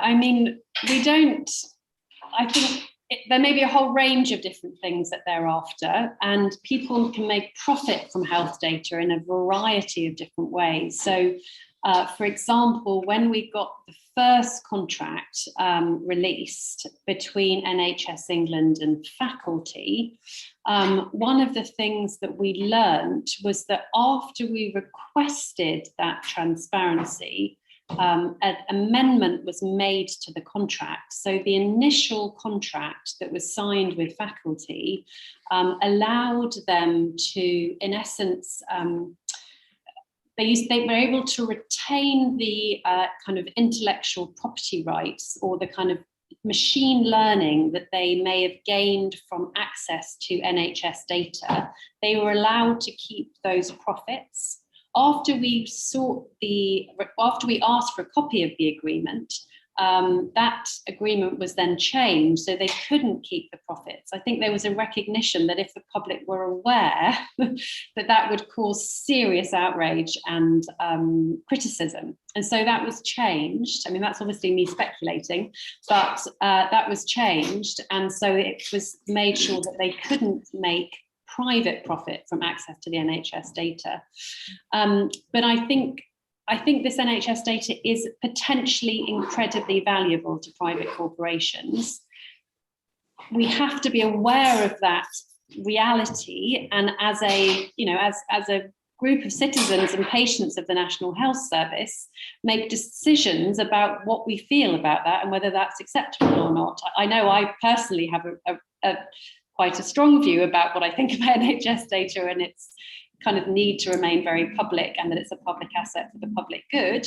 But clearly what needs to happen is a proper democratic debate about this, and none of this should be allowed to be swept in or kind of deals be made behind closed doors. There needs to be a proper discussion about the future of NHS data. And to be honest, that has to happen now, because decisions are being taken now by the Secretary of State. And unless we demand our involvement in that, I fear that it'll become too late. I'm going to take a deep breath here because there's one more witness, but there's so much more to ask you. May I thank you very much for your time tonight. Thank you, Rosa. I think we might come back to you about more details on this. So I wish you every good wish and good luck. Thank you. Can I pass back, please, to Lorna Hackett to call the last witness tonight. Thank you. Thank you, Mr. Mansfield. The last witness is Dr. Michelle Dawson. Hello there. Hello, good evening, Dr. Dawson. I have here in front of me a witness statement signed in manuscript by you, dated the 15th of May, and above which you have confirmed that the opinions you've expressed represented your true and complete professional opinions on the matters to which they refer. Does that remain correct this evening? It does, yes. Thank you. Could you start by telling the panel and everybody watching what your occupation is, please? So I'm a consultant anaesthetist, working also in critical care, and I'm also a trustee of a charity that was formed because of the COVID-19 pandemic. It started off being called Heroes, and it's now called the Healthcare Workers Foundation. And is it also right that you are a clinical lead in procurement and have been since 2009? It is. I've also did last night on call, so I've had about 3 hours sleep in the last 36. So I might be a little less sharp than usual. That's all right. That's all right. Now, it's right to say that you're sort of somewhat of a unicorn, can I put it that way? Albeit on 3 hours sleep, you're one of the only hospital doctors in the UK with experience working in procurement. Is that correct? Yes, that's right. Yes. Okay, thank you. Can I start then? I will be gentle with you, I promise. With what happened in March 2020 for you professionally? What were you doing? Where were you? So I started by watching with awe the hospitals being built in Wuhan in like 36 hours, 48 hours, and thinking, this is big, this is major, this is going to spread around the world, and this is going to impact on every country. And watching with just dazed really that nothing seemed to be happening. So we were talking amongst ourselves. There's a large group of medics on Twitter around the world, actually, who were sharing information. And as the COVID pandemic was crossing continents, these people, these doctors, these nurses, these medics were sharing the information. And I was just waiting for something to happen in the UK. And I just saw inaction. Mm-hmm. I saw absolute inaction. And towards the end of February, beginning of March, a friend of mine who is an A&E doctor, and I don't know where she works, and that's good because I don't want to know where she works, contacted me to say, we are being told that we can't have any PPE at all. We have to see patients who probably have COVID with no PPE at all, because we have so little, it's all being saved for ITU. Wow, okay. Yeah. What was the position? So you don't know where she works, you don't want to. What was the position with your local ITU? So our trust was, so we were fairly forward thinking. I was actually on 2 weeks holiday, which is why I had more time to do things outside working in the NHS than normal. And I started casting around and trying to find out where the PPE was coming from, who was getting it for us, because having worked in procurement in the NHS, I know how it works, how you have to have the ODU processing. There's lots of legalities that have to be gone through properly, and that this was a global pandemic. So this was not just Britain needs PPE, this was the whole world needs the same stuff at the same time, and there's a very limited number of manufacturers, and virtually none of them are in the UK. So if we want to get the PPE, we have got to get to the front of that queue. And therefore, we need to start asking these companies to ramp up their production immediately. And I actually got in touch with NHS England and was speaking to them quite frequently and finding out what the pandemic stocks were like. And I was told that the pandemic stocks of visors were estimated to be 10 days worth, but they had underestimated the usage, and it was probably only 2 days worth. And then I started casting around thinking, well, I can't see anything being done. You know, this can't be done locally. This has to be done nationally. The amount of money that has to be spent on this is going to be hundreds of millions of pounds. It has to be national. And so having found out that the pandemic stock, the rumours of it being massively run down were true, I started looking around to see if I could open up supply chains. And I can't give you any names because they've asked me not to, but I did manage to open up a supply chain directly via the Chinese government for 50 million FFP3 masks, which are the close fitting ones that you need when dealing with COVID patients. 50 million. And this was at the middle of March when we had nothing. We had nothing. At that time, we were working on COVID ITU with no PPE whatsoever, unless we went within 6 feet of a patient, because we had to conserve the stocks. So we were walking down COVID ITU with no PPE because we didn't have enough to let, there's lots of people come and go on ITU. And I was one of the comers and goers as an anaesthetist. And so we believed it was safe. It wasn't that we were taking risks. We believed it was safe because the patients were intubated. So the COVID should have been within the tubing, not in the air. And, you know, it's more pervasive than that. It's an aerosol. It's not a droplet spread. And it was in the air. But we didn't know that at the time. We were doing our best.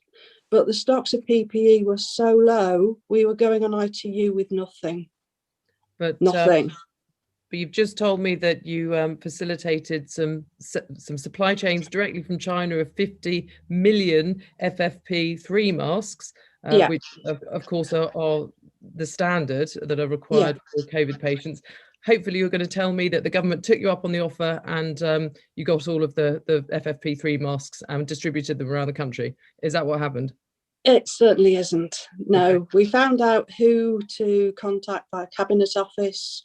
So we spoke directly to Cabinet Office, we emailed Cabinet Office, we sent them all of the correct paperwork, and I followed it up a week later and nothing had happened. And it's a global pandemic, and those masks could not be held by China. And so they were sold to Germany because they were fit for purpose.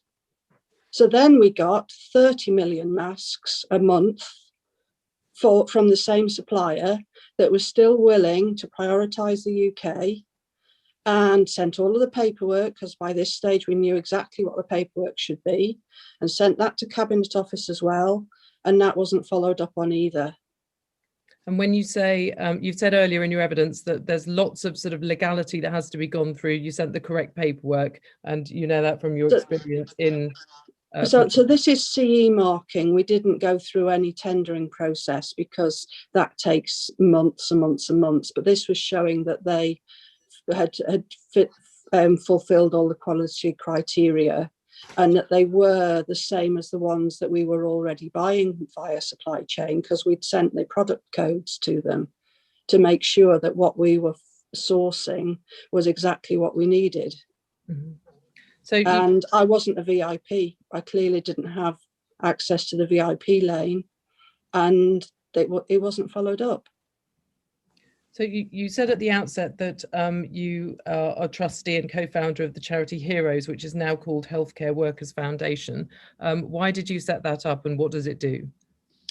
So, having tried really quite hard and very quickly, I mean, getting those masks from start to finish, or, you know, getting access to those masks, but not having a spare 50 million hanging around, so I couldn't actually buy them. That took 8-9 days to set up that, open that supply chain, and then another 5 days to find out that it hadn't been followed up on. And that's when I realized that that this was a massive problem, that not only did the NHS was not being supplied with the PPE it needed in a timely manner, but there were also hospices and care homes, and hospices are only 20% funded by taxation. They're 80% funded by charity donations. They're often quite small and standalone, and they're not NHS. So they are not supplied by NHS supply chain. And most of the care homes are private enterprises. And so they're not NHS either. And so they don't get anything from NHS supply chain either. And they were expected on their own to go into a global, I mean, it wasn't just a global market, it was a global fight for a PPE. You know, there were, especially, it was America actually, and they were buying futures on PPE. So everybody else was buying what was available, but America was going in and buying what you will make in the next 3 months. And that completely changed the game when America needed PPE. They weren't buying what was in the warehouses, they were buying what would be made. So it was, you know, it was, I can imagine it was very aggressive trying to buy stuff because there wasn't enough and everybody needed it. And then there are the people who were willing to sell stuff that was fake. There were people willing to, you know, just to profiteer really, and the prices rose and rose and rose. Yeah, so I thought, right, how can I do the best I can to get PPE where it's needed? Because we were reading, most of the information was spread on Twitter, and I was reading of hospices that were going to have to close because they had no PPE. Well, a hospice by definition is full of people who are terminally ill, about to die, and they need really special care. How can you send people like that home? How can you do that? How do you close a hospice? So by this stage, there's been a kind of coalescence of similar-minded people I'd never met before, and they all just seemed to appear as we needed them. It was just extraordinary. People like Dominic Pimenta and Paul Ford and Helpful Engineering, and we just all started. I was doing 10-12 hours work a day on this, and all got together and started raising money. And a lot of PPE isn't medical. Well, all of it isn't medical. It's actually dust masks. It's in industry standards, not medical standards. And so one of the thoughts we started with, and I tried to get this done nationally, but got nowhere. So one of the thoughts we had was that there must be quite a lot of this in all of the companies that can't work, that they've got all of this protective equipment stashed away in their own warehouses. Perhaps if we asked them, they would donate it to us, so then we could deliver it to the care homes and the hospices and the hospitals that were running out. And it started off being called Contractors Appeal, and that was started by Paul Ford, and just the most wonderful guy. And sure enough, we got huge amounts of PPE given to us by companies, and then Paul would courier it out with his own fleet of vans to wherever it was needed. And then somebody else started up a website called frontline.com, and that allowed anybody anywhere in the UK to put out a plea for help if they were running out of PPE. And I mean, there was one hospital, I won't say which one, because it's not blame. This was nobody's fault. Well, it was nobody in the NHS's fault. And they so at this stage, PPE, you didn't order it, you got it on a push basis. And that meant that whatever the government had got, they sent you, but it didn't necessarily match what you needed. So it was quick and efficient, but it meant that we had no idea what we were going to get. And this hospital there were 3 days before their next delivery, and it was at the height of the first wave, and they had run out of body bags and masks and gowns. And when people have died of COVID or of anything, they still need to be moved. And the porters, who are usually on 0 hours contracts, were still having to move infected bodies with no body bag, no mask, and no gown. So we didn't have body bags, but we had everything else. And so we sent them 3 days worth just to tide them over, because, you know, we ended up raising 1.2 million in actual money. And then part of what we did was also trying to keep the NHS staff morale going. And so we were organising food drops and, you know, little cheer you up bags. And so it was a two-pronged approach, really. Mm-hmm. But yeah, I can't describe to you how desperate it was. Every single day at work, there was somebody, you know, an NHS worker in tears in the changing room, because we saw colleagues dying. You know, we saw them dying, mm-hmm. and we were terrified we would be the next one. And you just had to keep going in there and keep working. I'm going to move on slightly, because we've got quite a lot of evidence to get through, and I know we're creeping up to 9 o'clock. In your witness statement, you talk about the way in which contracts with private companies were awarded, and you give a specific example about ventilators.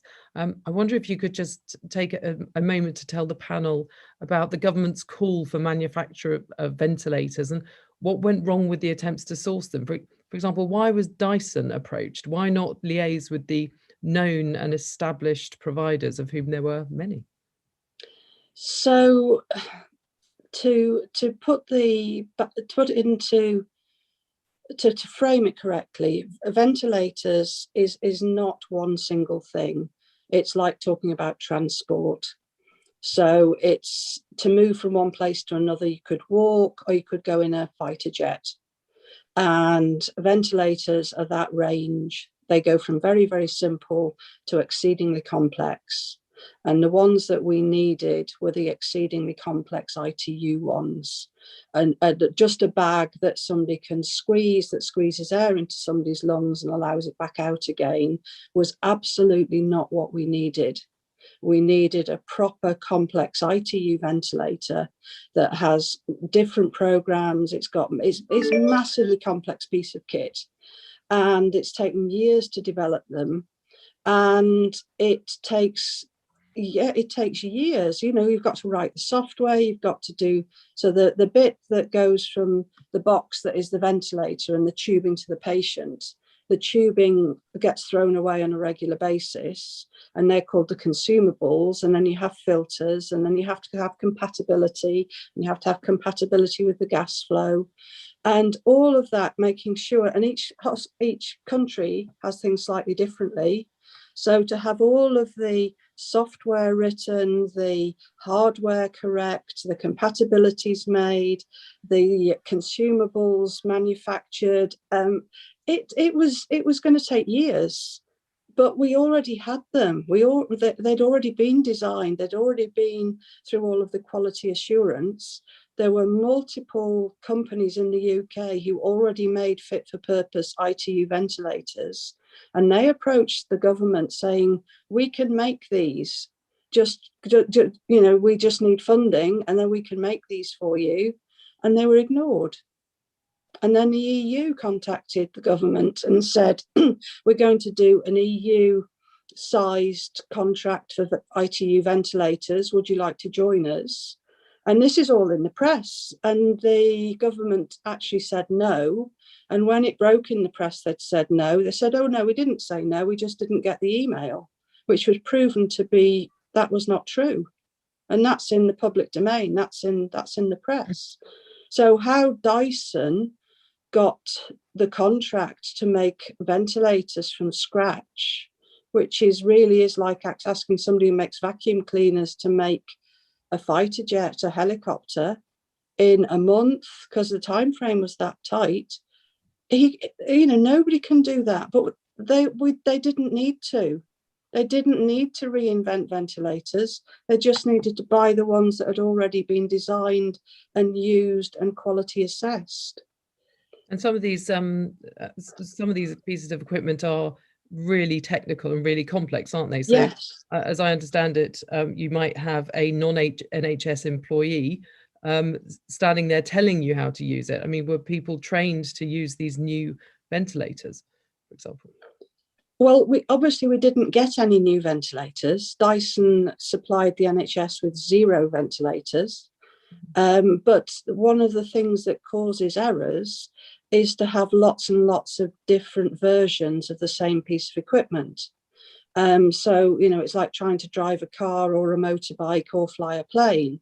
You've got to have all motorbikes or all cars or all planes, otherwise people make mistakes. Mm-hmm. But we got did they actually buy any ventilators for the NHS? I wasn't aware of any new ones at all. And then there was no comprehension that the limiting factor wasn't ventilators, it was staff. Because the ventilators don't make you better, it's the person operating the ventilator that helps you recover. And without the staff to make the ventilator work, then it's useless. I'm going to have to cut my questions short because I know the panel have got some questions for you.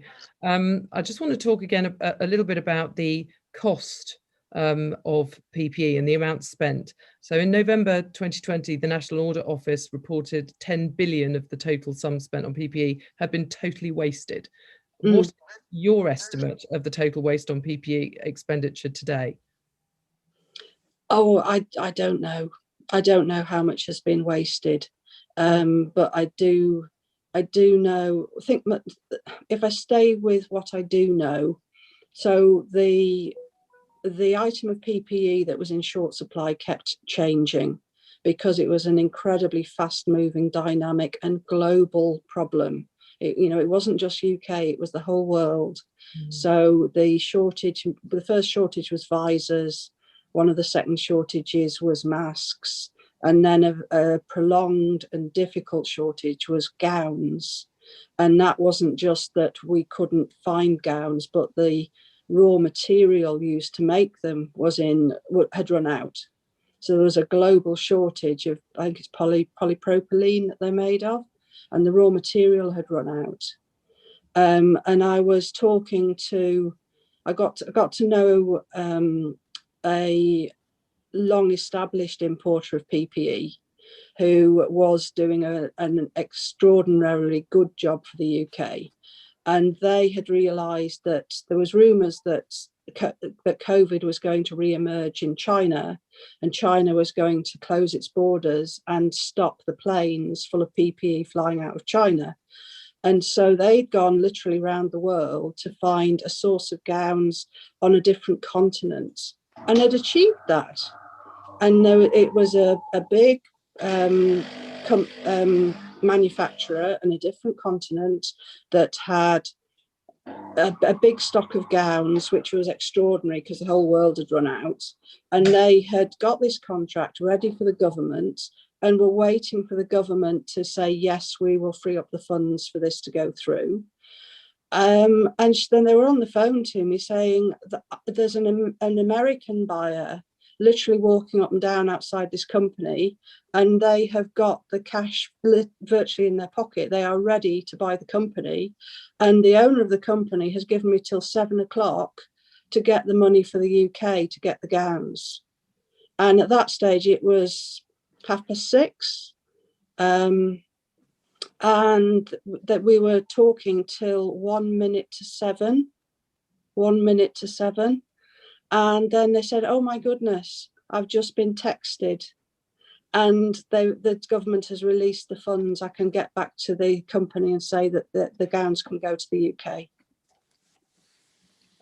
Final question from me, which is that the BMA Consultants Committee that took place today heard that PPE supplies remain inadequate. Is this your experience as well? I would say a cautious no. I think I haven't seen any shortages for quite some time, but then the number of COVID patients has dropped and dropped and dropped, which is excellent. And most intensive cares have no COVID patients in them at the moment. Mm-hmm. So the pressure for PPE is much less. Dr. Michelle Dawson, I could carry on, but I'm afraid I'm going to have to hand you back to the panel because I'll have some questions for you. Thank you very much. Thank you. Yes, good evening, Doctor. I'm going to go to Dr. Davis straight away because I happen to know she has some questions. Thank you. I just want you to bring out something that I was really shocked by in your evidence, because you said, you know, given the government was really busy this year, they had time to audit hospitals and tell them that if they'd gone outside the supply chain, even when they had no PPE, what happened? So that I was told this by local procurement, that they audited what hospitals had spent money on and where they'd got their PPE from. And if they had found novel routes for getting PPE, which our local hospital did, they were absolute superstars. There were some very big local companies who made PPE for us for free, who repurposed their workers to work with us and just charged us for the raw materials. And we also made some reusable gowns. And we also sourced our own PPE directly from the manufacturers abroad because we were not being sent what we needed.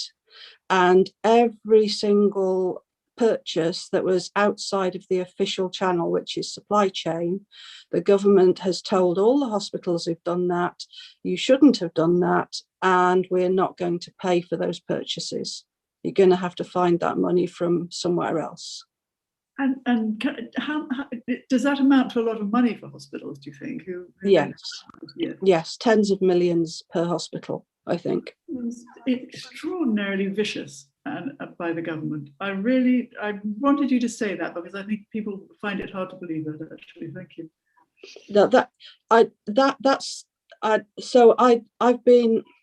So that was what I was told a month ago. I haven't followed it up. But as far as I know, that is true.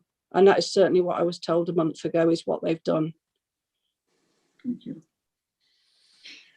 I know we're pressed for time a little. I'll just see if anybody else has got a question they want to put. If not, I've got one to send you on your way. And thank you very much for spending time. You don't have to necessarily afford the detail I'm asking. The question is this: you approached the Cabinet Office twice. No, more than that, multiple times. Multiple times, all right. In any of the times of contact of the Cabinet Office, did they ever acknowledge or give an explanation?